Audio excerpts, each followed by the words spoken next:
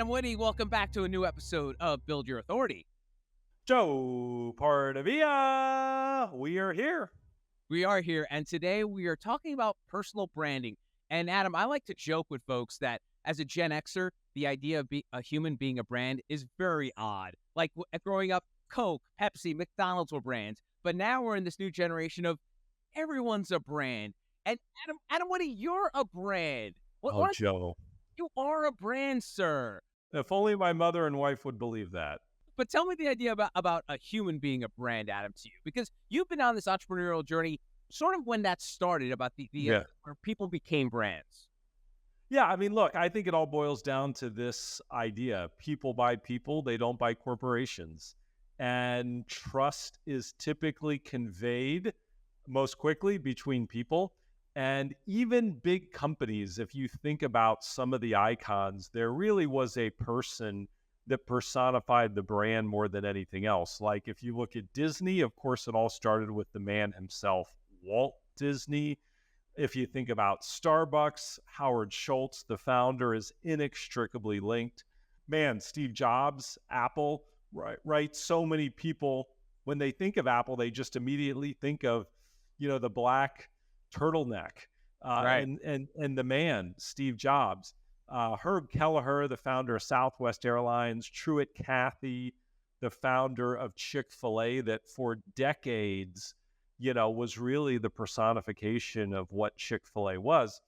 And then, of course, if we enter today, the 21st century, of course, this year, 2024, and influencers on social media are the soup du jour.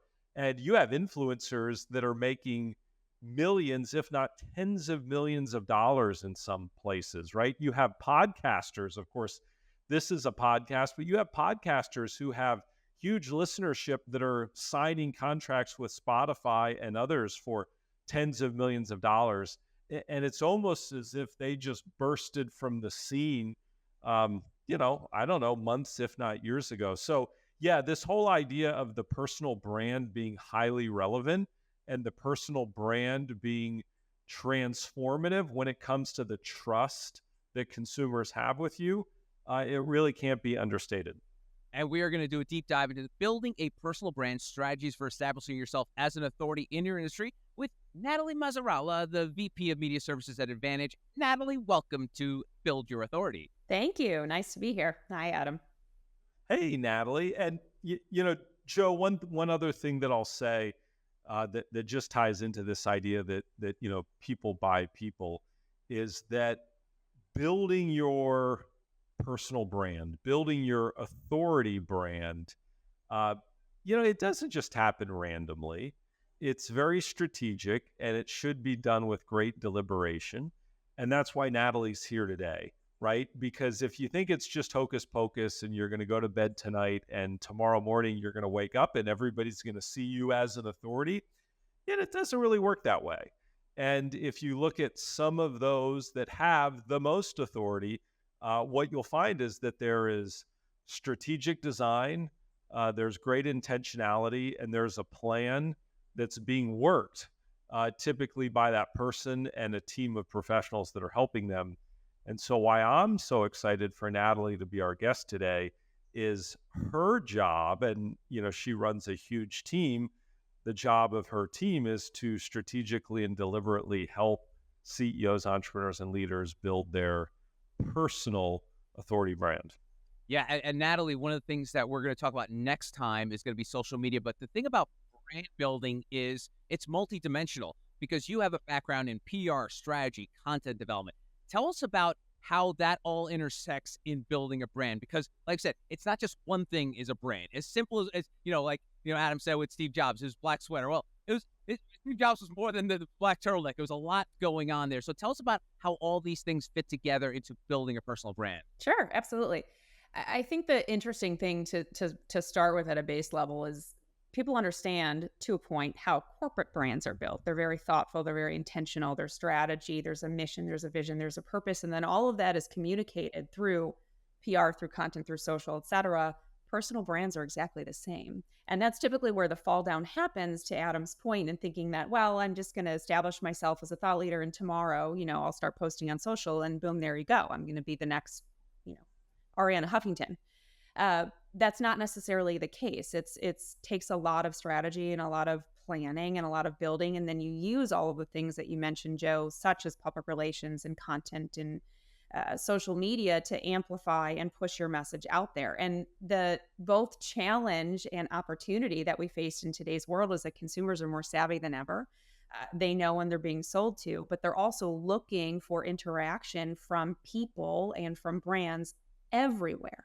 So you have to think about the way that you're showing up as a thought leader, as an authority in all of these spaces, and making sure that you're singing the same song and communicating the same brand and value proposition in absolutely every place that consumers are going to be looking for you. So some may see that as the challenge. I see that as the fun, which is why I love what I do as a job, because it's a big hill to climb, but it can make a difference. So Natalie, if we were going to go from the very top, and you've got an entrepreneur, CEO, a leader that's listening right now, and this whole idea is kind of new to them, right? But they buy into it. What advice do you have? What steps do you recommend that somebody would take from the very get-go if they're really building their personal brand, literally from scratch? Sure. I would approach it the same way that you build a brand for a company. So sitting down, and even if it's just whiteboarding, what are we trying to achieve? What is my goal as an authority and a thought leader?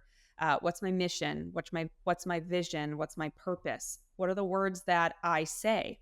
What are the words that I don't say that feel in line with my personal brand?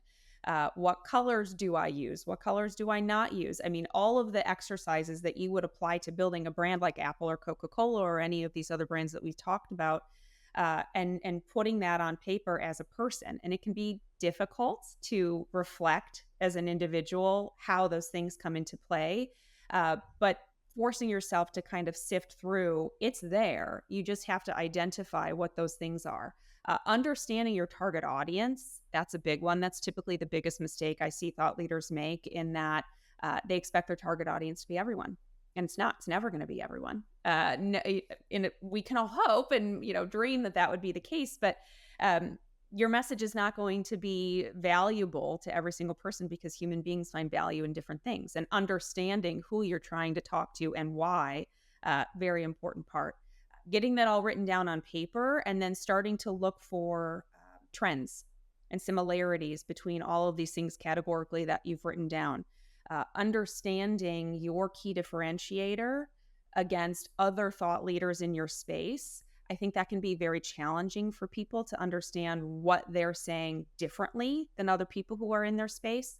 But it's there. Again, if you just sit and reflect on all of the experiences that you might have as a thought leader that have contributed to where you have arrived as a CEO or an entrepreneur, and then how you want to take those things and communicate them as a human to another human, as people trust people, just making sure you understand that differentiation. And then that puts you in the space of starting to understand and craft messaging and what it is that you're trying to convey. Joe, I want to drill down on something that Natalie said. In my many years in publishing, I will often ask an author, who is your book for? And as if they are certain that they're giving me the answer they want to hear, they will proudly puff out their chest and they'll say, everyone could benefit from reading my book. And, Natalie's probably giggling right now, because that is the last answer in the world that I ever want to hear somebody make, because there is no book ever written that is applicable and of interest to everyone. We say, Natalie, the riches are in the niches. And I'd love for you to go one step further on talking about the need for someone to really drill down and figure out who they're for and who they're not for when it comes to building your personal brand. Sure.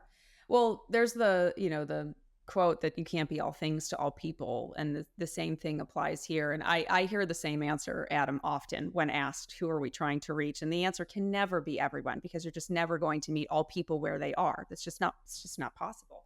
So understanding who you're really trying to make an impact for, what you're trying to offer them, and then the importance of dialing that in, that's going to be the thing that helps you actually meet the people who need to hear your message, because you'll know who they are, what they buy, what they read, where do they go for information, what social media platforms are they using. The more granular you can get, the better opportunity you have to actually reach those people. Because if you're just trying to paper the neighborhood, you're going to miss your niche. You're going to miss your people and figuring out exactly where they're going for information. So you almost dilute your chance by trying to go after too many people than if you were to just keep it really, really targeted. And that goes for building strategic partnerships. That goes for business opportunities. It's not only just, reaching a target consumer or a target audience when it comes to thought leadership. So again, the same rules of the game, if you will, that you would apply to building a corporate brand. It's the thing that people don't necessarily make the shift in their mind that these are the exact same steps that I should apply toward building my personal brand. As a corporation, you're never going to say that your company is for everyone and that your product is for everyone. So as a personal brand, it's not going to be either. And also, it's funny, Natalie, I feel like a lot of us humans are terrible at self-awareness. We may know what we do well for a living, but we may not know who we really serve or that niche. And that's why finding an organization like Advantage, working with people like you to help sort of, to use a tired phrase, drill down and figure out what that thing is. Tell us about that relationship you have with the folks that are coming on, working with us, trying to build their authority, who just don't know exactly who their message is for. How do you unpeel that onion? I'm just going to give you a ton of metaphors here. So how do we get down to that point, Natalie? Sure. We have a lot of exploratory conversations. We call it our discovery process, where we go through, just a really deep dive discussion on what are we hoping to achieve here? What are your goals? What are your objectives? What does success look like for you 3 months, 6 months, 12 months down the road? Who are we trying to reach? I will ask that question. Sometimes it's informative. Sometimes the answer is everyone. And then we have to, dialed in a little bit further. And going through that conversation process helps us at least start to put the pieces together. We work with authors, and a lot of times the author has a pretty good idea of what their book is going to be about. So we can pull information out of that book. But we also work with non-authors. We also work with non-publishing authors. And that's where some of the more importance of this front-end conversation comes into play. So my wonderful and wildly talented team, which is PR, podcast, Joe, yourself, as you know, content, digital media, social media, we all are a part of that conversation to help really determine what the strategy needs to be and what the brand proposition needs to be for our thought leaders at the front end. Once we kind of work through that conversation, our team makes recommendations for what we see. So we're basically observe and then deliver back what we see as the correct positioning and outlining of that brand. And then it's an iterative process. Building a brand does not happen overnight, as Adam said. And that also goes with our process. And that also goes for thinking about your personal brand in 6 months, 12 months, 5 years down the road. Humans evolve. Human beings evolve, personal brands evolve, corporate brands evolve. Nothing is finite and nothing is cemented. And that is the beauty of what this is. So having a handle on where to start, but also understanding that it's going to grow and develop is where the fun is. Joe, one of the things that if you look through the lens of building a corporate brand, one of the questions you ask is, what problem does your product or service solve, right? And if you apply that then to an individual and their personal brand, it really starts with what's your goal and what is your objective. And so, with some of the people that we support, their goal is they want to be a speaker, they want to be a coach or a consultant, right? So what they're really selling is their intellectual capital. They're selling their knowledge, they're selling their experience. But there's others that we work with where they really want to be a thought leader to better market their company, which has products or services that they sell, right? So one of the questions that I like to ask is, what problem keeps your core customer awake at night? And I ask that question because your thought leadership and your message, the content that you have to share, probably needs to answer the question that's keeping people up at night, right? Otherwise, they're not going to have any interest in what it is that you have to say. And so, Natalie, when it comes to content and when it comes to helping a thought leader build and craft their personal brand, how do you determine, what's the content that they really need to focus on and own? And let's assume it's somebody that hasn't yet written a book where they've already figured it out. It's somebody that's like, hey, I know it's important to build my personal brand. Here's my expertise, but I'm not really sure what it is that I need to be a thought leader on. It's a very good question. It's not a set process, as most things are not when it comes to marketing and branding. But we would take a look at several things: goals, objectives, problems that they're looking to solve. What are other thought leaders and competitors within the same space saying? How are they saying it? So we can have an understanding and making sure that we're differentiating, our this particular author's or non-author's message in this case, helping them determine what they have the resources or bandwidth to produce. That's a big part of it as well, because you can't show up everywhere. Meaning, you have a website, you have a blog, you have a social channels, you are doing a podcast, you have public relations. If you don't have the resources to properly execute upon all of those things, so there is some determination of where do we think your audience is, where should we put fuel on the fire, if you will, to help amplify in particular areas. So in some cases, it will be everywhere. In some cases, it might be a phase one where we're in 2 places, and then phase 2, we add more.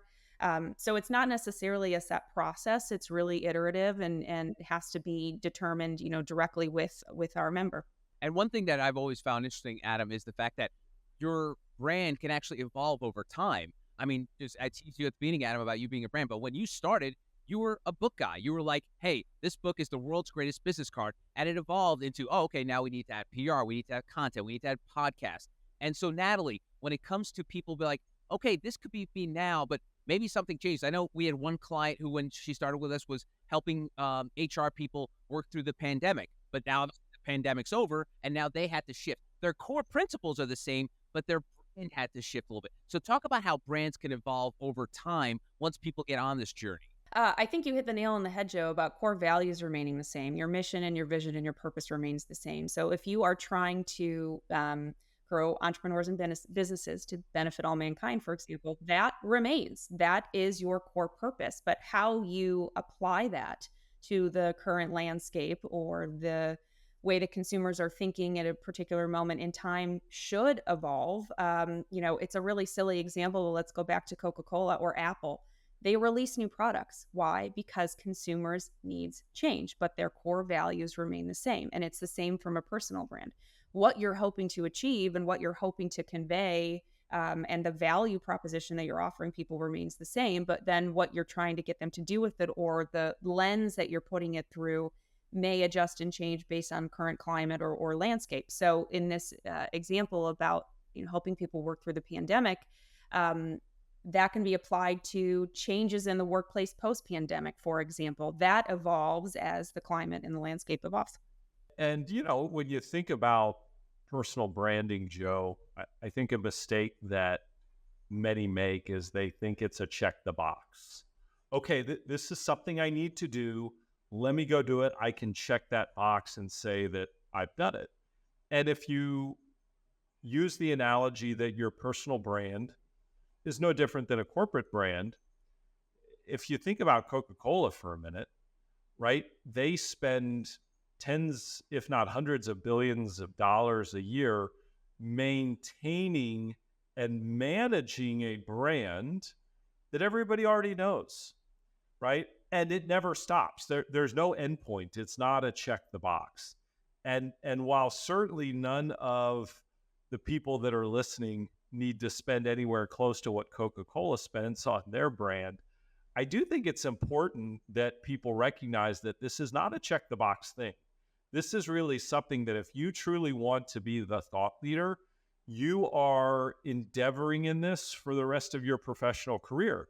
Because with time, you're going to need to not only manage, but modify and pivot, and in some cases, kind of reimagine your brand from time to time, depending upon what your objectives are. And Natalie, I think that's something that is really important for people to understand, that this is it's an organism, right? Your personal brand is like this organism that's always changing, that's always growing, and it needs constant care. Living, breathing thing. That's typically what I say to people. It's a living, breathing thing. Hmm.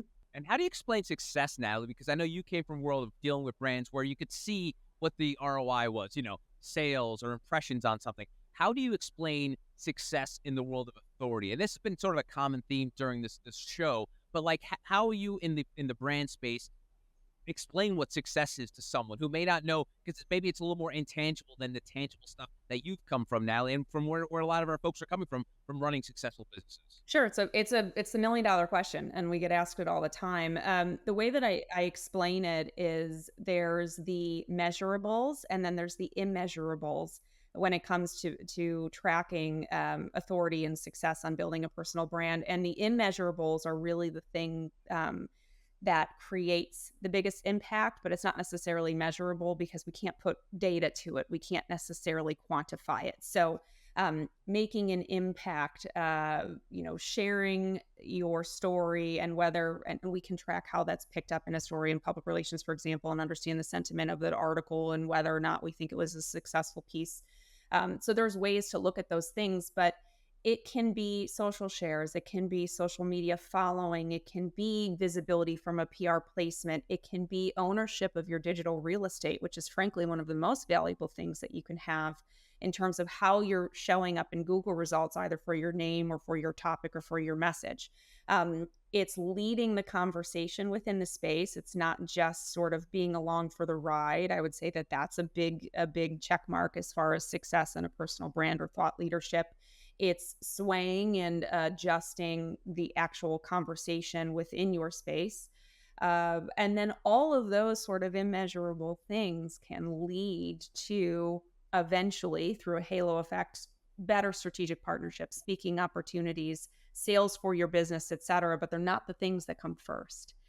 So that's the important part about thinking about ROI, is that it really kind of expands into some of these bigger things that people typically come to us and say are their goals, but we have to start at the immeasurable level to really understand how that builds into the larger results. What Natalie said, Joe, is really important, because a lot of people, they will say, well, what is my ROI going to be? If I put $1 in today, what am I going to get tomorrow? And when people say that, my response to them is, well, go do Google advertising or go do Facebook advertising, because clearly what you're looking for is, if I give you $1 today, will you give me $1.20 back tomorrow? And that's fine. And that has a place in the marketing mix. But building your personal brand, no different than building a corporate brand. Number one, it takes time, and it has an impact on ROI, but in some places it is hard to measure. And I'll give you a great example. A lot of people that end up doing business with Advantage or Forbes Books, they might get to know me. They might meet me. They might be introduced to me. They might hear me speak at a conference or an event. And if I have a really bad personal brand, the person that hears me speak at that conference is never going to visit our website and submit their information in the contact us form, because they were turned off by my personal brand, what they learned about me, what they read and discovered after doing a little bit of due diligence. Now, our sales team will never know that I killed the sale because the lead never came in. So it's hard to measure. On the other hand, if I have a sterling personal brand and somebody hears me speak and they do a little bit of research and they love what they see and they visit our company website and they fill out a contact us form, and it goes to our sales team, and our sales team converts that person into a customer, they also may not know that my personal brand, aided and supported the sale, right? So let's go to a corporate brand, Coca-Cola. How much aid does the image you have of Coca-Cola in your mind, how much aid does that provide in the actual sale of the product? It's really, really hard to specifically measure. If you want $1 today and $1.20 tomorrow, you've got to go to Google or Facebook or something like that, because they can give you that dollar on dollar ROI on advertising spend. But when it comes to building a brand, it is a lot less precise. And there may be people that are thinking, well, gee, if I can't measure it, then I'm not going to do it. Well, Coca-Cola, Southwest Airlines, Chick-fil-A, Apple, market leaders in their categories, the most valuable company in their respective industries. And they spend more on brand building than they do advertising. Because if you have the right brand that conveys trust, it's a brand of integrity, it's a brand of respect that people look to, that is going to do more to drive and support sales than anything else. And much of this is hard to measure.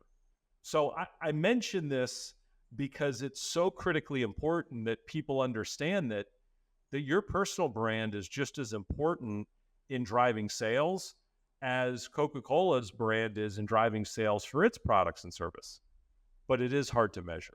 And Natalie, how do you have some of those conversations with folks? Because maybe one thing is trying to identify their brand, but then the idea of what Adam was just talking about, how do you put that down when it's like people have invested a lot of time and money and energy into something? How are you able to explain to them the best way to go forward when it comes to starting? Because the one thing is, we're talking big picture there, but a lot of times it's just starting. Like that's always been the idiom of like, hey, listen, you can't do anything until you actually start doing it. So tell us about those early days when it comes to building a brand and talking about all these things that we've been discussing. Sure. I mean, it goes back to it being a living, breathing thing. And it says this is a long game. This does not happen overnight. And to get to a place where you're seeing direct impact takes a lot of time.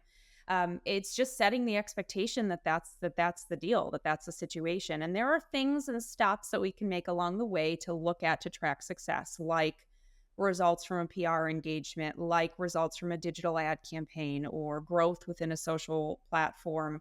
And we can look at those and we can make a lot of assumptions from those types of numbers, but just reiterating that this is a thing that's going to take a lot of time. And you're sort of on this train forever, if you will, within your professional career once you get on it. Yeah, Joe, you would think that Natalie and I were part of the sales prevention department because we're being honest and telling people that some of it is hard to measure and it takes time. And this is the reason why so few people do it. This is the reason why very few CEOs and entrepreneurs actually have a remarkable personal brand, is because people aren't willing to put the time and energy into doing it. Now, for the really smart people that are listening, the good news is that because it's hard and most people are unwilling to do it, if you are willing to put in the time and the energy and the calories, you can excel and you can be a star in your industry because there probably isn't nearly as much competition as you think there is. Exactly. Done right, it's magic. It's just a matter of doing the work. Yeah. And having a team who can help you do it. That's awesome. Her name is Natalie Mazzarella, VP of Media Services at Advantage. Natalie, if folks wanted more information about you, maybe ask you a couple of questions. Where's the best place to find you? Send you a note. Where can they go? LinkedIn. You can find me on LinkedIn. Awesome. Natalie, thanks again for the time. Really appreciate it. Absolutely. Thanks for having me. Thank you, Natalie. So, Adam, as we mentioned earlier, we're going to talk about social media next week with Callie Hitchcock. And I jokingly talk about you all the time, Adam, that you're growing to love social media, Adam. I'm seeing you more active. But what can we learn from Callie Hitchcock and when it comes to building your authority with social media? Well, here's the great thing about social media. We talk all the time about the three different types of media. We talk about owned media, We talk about earned media, and we're going to talk on our next episode about rented media. That is, you are renting space on other people's platform.